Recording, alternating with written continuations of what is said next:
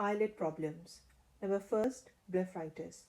It is the inflammation of the eyelid margins, typically leading to the red eye. You can see the whole eyelid is inflamed. Number second is stye. Stye is the inflammation and infection of the glands of the eyelids. There are two types. Number one, hordeolum externum, and number two is hordeolum internum. Hordeolum externum is the infection of the sweat glands, which is also called glands of mole. Other type of glands involved are sebum glands. It is called glands of Zeiss. The most common organism is staphylococcal.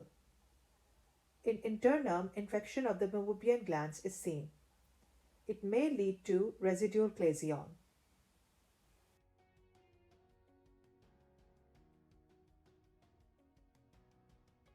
Management of stye is fairly simple with hot compresses and analgesia.